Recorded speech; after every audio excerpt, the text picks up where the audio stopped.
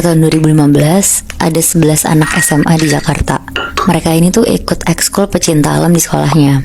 Isinya kebanyakan cowok sama ada satu orang cewek. Pada saat itu mereka tuh mau naik Gunung Sumbing. Akhirnya mereka berangkatlah dari Jakarta ke Wonosobo. Mereka sampai di pos 2 Gatakan sekitar jam 7 malam. Mereka mutusin untuk istirahat dan buka tenda di pos 2 itu. Faiz, leadernya mereka, bilang buat siap-siap buka 3 tenda. 2 tenda isinya 4 orang, sama 1 tenda isinya 3 orang. Jadi 4-4-3 posisi tendanya. Perempuan yang sendirian ini tuh namanya Nina. Dia tidur di tenda yang isinya 3 orang. Nina yang setenda sama 2 temen cowoknya itu namanya Rangga sama Adit tuh nggak bisa tidur karena ngerasa kayak ada yang ngeliatin dia. Tapi Nina di situ coba meremin terus, walaupun nggak bisa tidur juga. Tapi tiba-tiba Adit yang posisinya udah tidur tuh tiba-tiba ngomong, bau amis banget deh. Nina sama Rangga tuh nyautin, iya bener Dit, bau amis, nyengat banget ya. Karena mereka ngobrol sambil merem, akhirnya meleklah satu-satu, dari Adit, Rangga, terus Nina.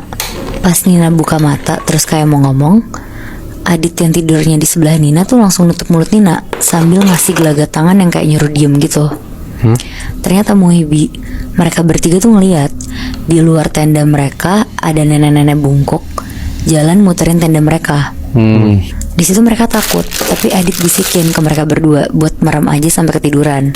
Karena kalau mereka bersuara, takutnya nenek ini ganggu kan. Nah paginya Adit ngomong ke Nina buat jangan ceritain apa yang mereka lihat semalam. Dia nyuruh dikip dulu aja ceritanya sampai mereka turun gunung itu. Nah setelah udah ngumpul semua, akhirnya mereka naik ke puncak Sumbing. Sampai sana nikmatin pemandangan, kayak ada yang foto-foto, ada yang ngerokok, ada yang ngobrol-ngobrol juga. Gak lama di puncak Sumbing mereka turun ke bawah. Selama jalan ke bawah tuh si Nina bilang ke Adit kalau dia tuh merinding banget, ngerasanya kayak gak enak gitu hawanya. Tapi Adit bilang, ya namanya juga lagi di gunung Nin, santai aja, sabar. Karena Faiz paling depan, dia ngerasa perjalanan dari pos 2 ke 1 tuh jadi lebih jauh dan gak sampai-sampai. Di situ gak cuma Faiz doang yang ngerasa lebih jauh, tapi yang lain juga ngerasa kalau ini tuh waktunya lebih lama. Di sini Adit sama Rangga sebelahan jalannya.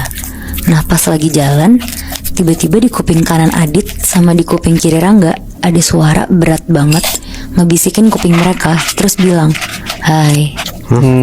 Di situ tuh mereka langsung nengok dan jadi hadap-hadapan gitu mukanya.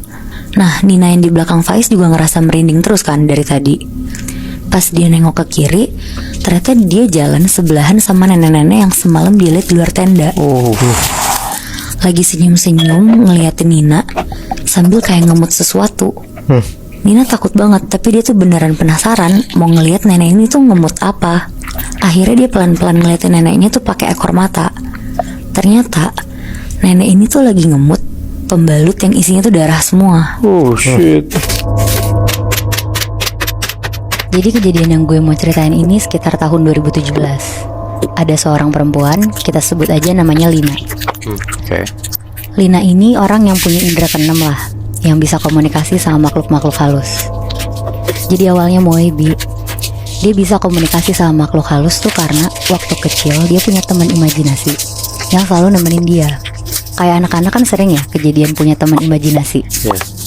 Nah karena masih kecil, Lina ini mikir kalau temennya ini tuh manusia kayak Lina. Gak taunya lama-lama Lina itu sadar kalau temennya ini tuh bukan manusia tapi jin. Jadi jinnya ini tuh kayak nyesuaiin gitu Moebi. Pas Lina masih kecil dia juga kecil, pas udah gede dia juga jadi orang gede. Jadi mereka tuh tumbuh besar bareng gitu. Berarti jin ini emang jin penunggu rumahnya Lina itu? Lebih ke jin yang ngikutin Lina sih Moy. Nah tapi Moy, jinnya ini tuh baik banget dan selalu ngingetin Lina untuk sholat sama ngaji. Nah karena Lina sadar kalau sosok ini selalu ngasih energi positif ke dia, jadinya dia gak apa-apa ngebiarin jin ini tuh deket sama dia. Jin ini tuh selalu ngebantuin Lina lah kalau Lina lagi butuh apa-apa. Kayak Lina dan teman-teman terdekatnya tuh sepanjang hidupnya aman-aman aja terus, kayak gak pernah kena masalah atau celaka gitu Moebi. Jadi bisa dibilang Lina itu semacam dukun, tapi dia gak yang buka praktek dan cuma bantu orang-orang terdekat dia aja. Tapi sekitar umur 25 tahun tuh jinnya mulai minta makanan ke dia. Makanannya jin tuh jorok gitu loh. Sorry ya, kayak kotoran manusia, kotoran hewan, bahkan tulang-tulang gitulah. Selama ini kalau jin itu minta tuh selalu gak dikasih sama Lina. Tapi kali ini karena Lina udah capek banget dimintain terus, akhirnya dikasih sama Lina Moy Bi. Singkat cerita, ada sahabatnya Lina, namanya Nisa. Dia cerita dia sakit hati banget ditinggal sama pacarnya. Ditinggalnya itu tuh karena pacarnya tiba-tiba deket sama cewek lain dan sampai jadian. Di situ Nisa nangis-nangis cerita ke Lina. Lina dengernya nggak tega banget dan jin ini tuh denger juga. Malamnya jinnya ngomong ke Lina. Intinya jinnya ini tuh nyuruh Lina nyantet cowok ini biar jadi suka lagi sama si Nisa. Dan sekalian juga buat nyelakain cewek barunya. Terus karena Lina juga sakit hati karena sahabatnya digituin, akhirnya dia nanyalah ke jin ini gimana caranya. Akhirnya jin itu ngasih tahu mantra-mantranya. Dan jinnya juga ngasih tahu kalau ritual ini tuh harus dilakuin di atas jam 12 malam. Akhirnya besoknya jam 12 malam, Lina nyobalah ritual ini. Pakai foto cowoknya Nisa dan pacar barunya, sama tanggal lahir mereka juga. Pas udah selesai, jinnya ngabarin Lina kalau ternyata ritualnya itu tuh berhasil. Katanya pacar barunya ini langsung muntah darah, dan mantannya Nisa katanya gak peduli sama kondisi cewek barunya ini. Besokannya, Nisa langsung nelfon Lina untuk ngasih tahu kalau pacarnya ini tuh ngajak balikan. Di situ Lina lega banget dengernya dan bilang ke Nisa untuk dijaga baik-baik pacarnya. Malamnya sekitar jam 1 malam, badannya Lina ini tiba-tiba sakit banget satu badan, kayak panas dan ditusuk-tusuk gitu. Besok paginya dia tuh kebangun. Ternyata kondisi badannya tuh masih sama semalam. Terus tiba-tiba ada Nisa di depan rumahnya Lina. Nisa datang dan dengan paniknya Nisa tuh bilang, Lin, ternyata ceweknya pacar aku kemarin disantet orang. Terus Lina ini pura-pura gak tahu dan bilang, kenapa emangnya? Terus kata Nisa, ceweknya katanya muntah darah gak berhenti. Dan ternyata dia punya orang pinter yang bisa nepis kiriman itu, Lin. Oh shit. Terus si Lina tuh nanya, terus ditepisnya gimana, Nis? Terus dia bilang, katanya orang pinternya ini udah ngirim peringatan pertama ke orang yang nyantet dia. Nah malam ini katanya akan dikirim lagi yang lebih parah dari semalam. Wow. Ini terjadi di daerah Kepulauan Riau, Tanjung Pinang. Ada dua perempuan yang temenan deket, namanya kita sebut aja Nisa sama Dina. Nisa sekeluarga itu turun-temurun, keluarganya dukun semua. Dan dia punya buyut yang lumayan terkenal kayak dukun hebat di pulau itulah. Tapi kakek buyutnya ini tuh meninggal, dan meninggalnya tuh kayak agak susah gitu. Dan akhirnya meninggal dalam keadaan berasap, dan yang lebih parah lagi mukanya tuh sampai gosong. Wah, anjrit. Saking deketnya mereka berdua, setiap Kamis pagi biasanya tuh Dina pergi sama Nisa ke tempat kakeknya Nisa. Dan di sana rutinitasnya si Nisa ini tuh selalu disuruh mandi sama kakeknya. Tapi bukan mandi biasa, Moebi. Dia dikasih minyak sama gaharu yang biasanya dipakai untuk sembahyang orang Cina. Gaharu tuh apa ya? Kayak dupa gitu, Bi, yang dibakar gitu. Terus singkat cerita, kedekatan Nisa sama Dina tuh bisa kelihatan dari mereka tuh tinggal bareng sama mamanya Nisa juga. Jadi mamanya juga bilang kalau siapapun laki-lakinya, kalau udah tidur bareng sama mamanya tuh nggak akan bisa lepas. Jadi kayak ngelihat mamanya Nisa tuh kayak ngelihat bulan purnama gitu. Jadi karena si Dina juga keseringan denger cerita kayak gitu, dia tuh jadi penasaran dan mulai tertarik. Mereka berdua tuh langsung ditawarin buat dikasih kayak semacam pegangan gitu, Moebi. Tapi syaratnya mereka tuh harus ambil air di 3 sumur buat mereka mandi. Sumur pertama tuh ada di tengah hutan, agak jauh dari rumah mereka. Sumur kedua tuh sumur umum tapi udah tua. Akhirnya cepet-cepet lah mereka berdua dari sumur kedua tuh pindah ke sumur ketiga. Dan sekitar kurang lebih setengah jam, karena mereka lama gak balik-balik, akhirnya disusulin lah sama mamanya Nisa. Nah katanya mereka tuh kesasar terus karena jalannya tuh ditutup sama penunggu yang ada di sana, kera besar. Singkat cerita udah sampai di rumah nih mereka bertiga. Terus akhirnya disuruh langsung mandi lah pakai air sumur itu sama mamanya. Dicampur air limau, kembang kantil, bunga mawar putih dan merah. Tapi nggak boleh ngelap muka mereka tuh pakai handuk. Malam itu yang kebetulan tepat jam 12 malam, hari Jumat di bulan purnama, mereka disuruh berendam di atas rumah mereka. Nah karena mamanya Nisa ngerasa ritual ini tuh gak berhasil, tiba-tiba tuh ada pocong yang datang ke mereka bertiga terus. Anjing. Pocongnya tuh terus pindah-pindah, terbang ke atas pohon, pokoknya gak netep di satu tempat. Tiba-tiba mereka tuh dengar suara kenceng banget.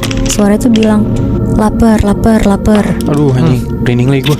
Akhirnya mereka tuh ninggalin tempat itu tuh bertiga, masuk ke dalam rumah dan langsung menghubungin kakek Nisa. Singkat cerita kakek datanglah ke rumah Nisa. Dia kayak ngebersihin Nisa, Dina sama mamanya juga. Dan pas mamanya Nisa lagi kayak dilepas gitu sama kakeknya, Tapi dari bagian mukanya itu tuh berubah langsung mukanya Moy, jadi tua banget. Jadi selama ini mungkin mamanya Nisa tuh manfaatin Nisa, Dina untuk kepentingan dia sendiri juga Moy, biar awet muda. Anjing.